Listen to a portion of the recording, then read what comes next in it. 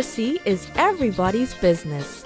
This was the resounding message sent by the students of TG Global Professional Development and Research School during a literacy assembly recently.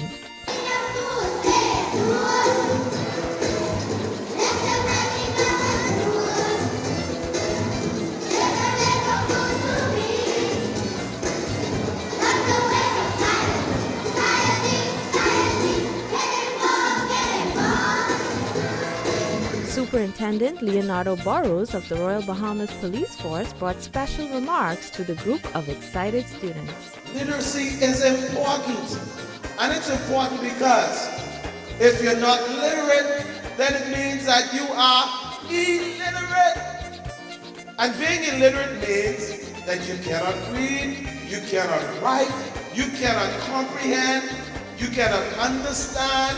You may not be able to have a sensible conversation, and as a matter of fact, when you get a job or people give you something and it may have your salary on it, people could rob you because you don't have the skills, the comprehension skills, the academic skills, and the knowledge to know whether what they've written on the paper is correct. And so when we say literacy is everybody's business, I want to encourage you to be good boys and girls and model students. We love to win. We go. John Lee McIntosh for EdTech.